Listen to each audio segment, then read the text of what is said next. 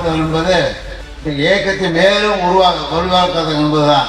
இந்த சிவகாமி பாதிக்கப்படும் போதெல்லாம் குரல் கொடுத்த ஒரு நபர் உண்டு என்றால் திராவிட முன்னேற்ற கழகம் அவனுடைய தலைவர் கலைஞர் அவர்கள் தான். அதுக்கு அடுத்த இருக்கிற தளபதி அவர்கள். அதே போலதான் இன்றைக்கு சிறுபான்மை சமுதாயத்துக்கு எந்த விதமான கேடு வந்தாலும் அரங்காவலாக இருக்கும் திராவிட முன்னேற்ற கழகம்.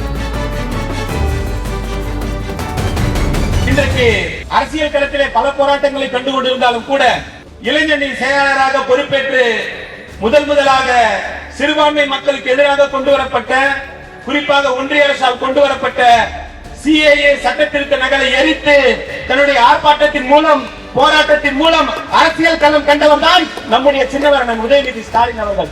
அவருக்குத்தான் இன்னைக்கு பிறந்த நாள் விழா.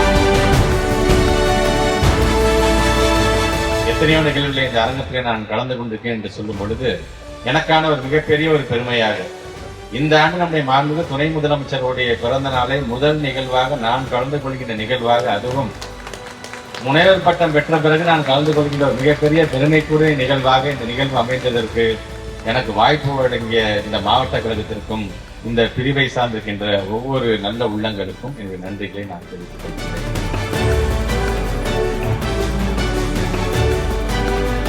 சுதந்திரம் கிடைத்ததுக்கு பிறகு ஜின்னாவுக்கு தான் சொன்னாங்க, நமக்கேன்னு ஒரு நாடு இருக்கின்றது, வாங்க நாம் அங்கே சென்று விடுவோம் என்று சொன்ன பொழுது இஸ்லாமிய சமுதாய மக்கள் சொன்னாங்க, இல்லை நாங்க இங்கதான் பிறந்தோம், இந்தியா தான் எங்களுடைய நாடு, நாங்கள் வரமாட்டோம் என்று சொன்னவர். ஒரு பள்ளிக்கல்வித்துறை அமைச்சராக நம்முடைய கிறிஸ்தவ சமுதாய மக்களை பார்க்கும்போது எனக்கான ஒரு பெருமை.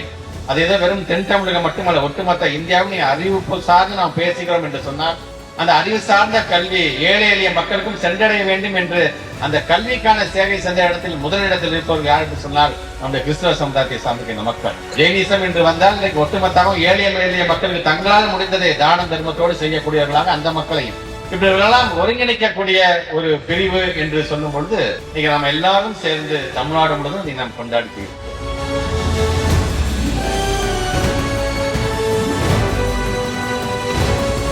அதோடு சேர்த்ததற்கான அந்த பாடலை நாங்கள் வெளியிட்ட பொழுது, அந்த பாடல் வெளியீடு என்று பொழுது வெறும் கொண்டாட்டத்தை மட்டும் காக்காமல் ஒட்டுமொத்தமாக இந்த சமுதாய மக்களுக்கு ஒரு பிரச்சனை என்று வந்தால், அதாவது இயற்கை பேரிடர் என்று வந்தால் எப்படியெல்லாம் தான் கண் துஞ்சாமல் பணியாற்றி இருக்கிறோம் என்பதை ரொம்ப அழகாக தெளிவாக இதிலே காட்டப்பட்டிருக்கின்றது.